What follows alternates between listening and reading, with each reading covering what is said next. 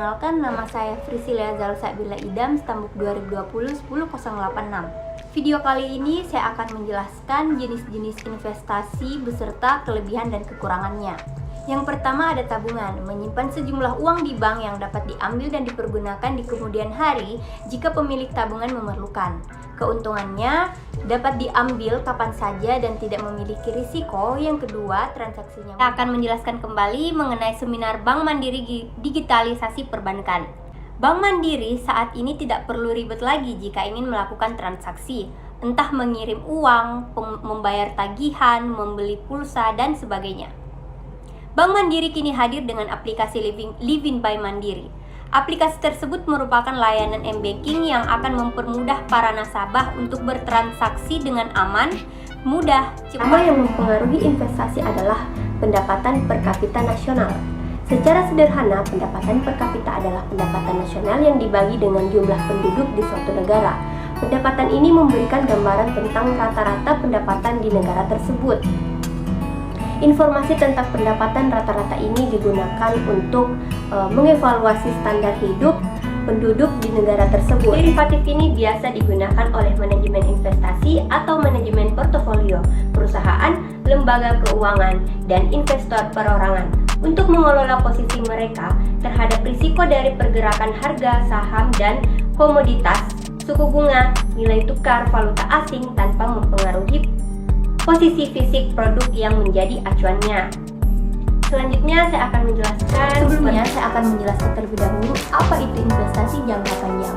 Investasi jangka panjang adalah jenis investasi yang dilakukan untuk jangka panjang, bisa lebih dari 1 tahun, 3 tahun, bahkan 5 tahun. Hasil investasi tersebut akan dinikmati pada saat jangka waktu berakhir, sehingga tentunya investasi seperti ini tidak dapat ditarik sewaktu-waktu. Adapun tujuannya, yang pertama mendapatkan kepastian dana dan keuntungan. Adapun ciri-cirinya, menekankan pentingnya diversifikasi untuk mengurangi risiko. Tujuannya yaitu membangun portofolio yang efisiensi dengan mempertimbangkan hubungan antara imbal hasil aset, risiko sistematis, dan imbal hasil aset bebas risiko.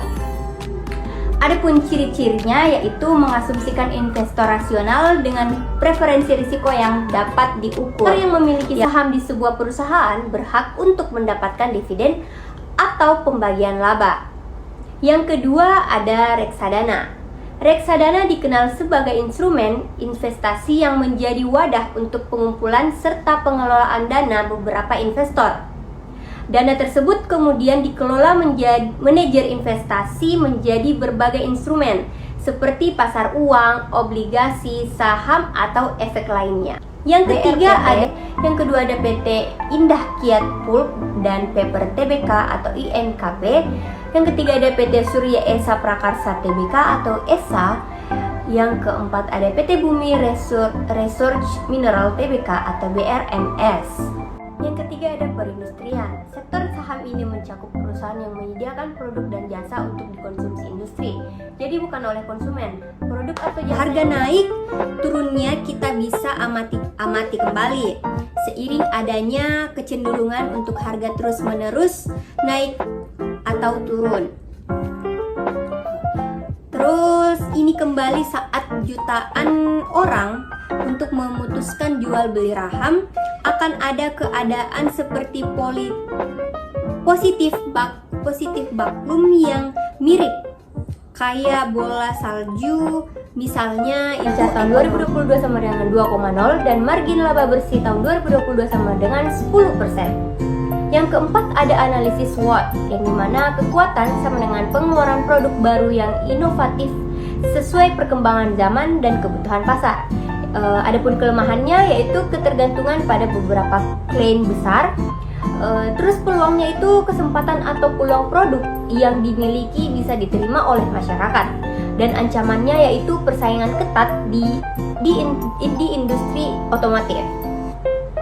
Dan poin yang kelima ada tinjau S&P 500 dengan membeli semua atau sebagian besar saham yang terdapat dalam indeks tersebut. Adapun contohnya yaitu membeli dana indeks yang melacak kinerja S&P 500. Nah, poin yang ketiga itu terdapat ada trading harian nih, atau biasa disebut dengan day trading. Day trading adalah strategi perdagangan di mana investor membeli dan menjual saham atau aset keuangan lainnya dalam satu hari perdagangan. Awal, kamu perlu melakukan evaluasi terhadap konsistensi strategi. Harus dipastikan bahwa dalam strategi yang telah dicanangkan tidak ada pertentangan antara kebijakan dan sasaran.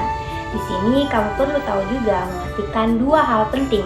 Yang pertama, apakah operasi internal usaha yang meliputi pembelian, pemasaran, penjualan, operasional, dan pelayanan telah konsisten dengan alokasi sumber daya berdasarkan faktor-faktor tertentu. Rumusnya itu bergantung pada faktor yang dinilai atau tidak ada rumus umumnya. Nah, penting untuk dicatat bahwa interpretasi hasil dapat bervariasi tergantung pada konteks dan tujuan investasinya. Mungkin hanya ini yang bisa saya sampaikan mengenai penjelasan pada kali ini.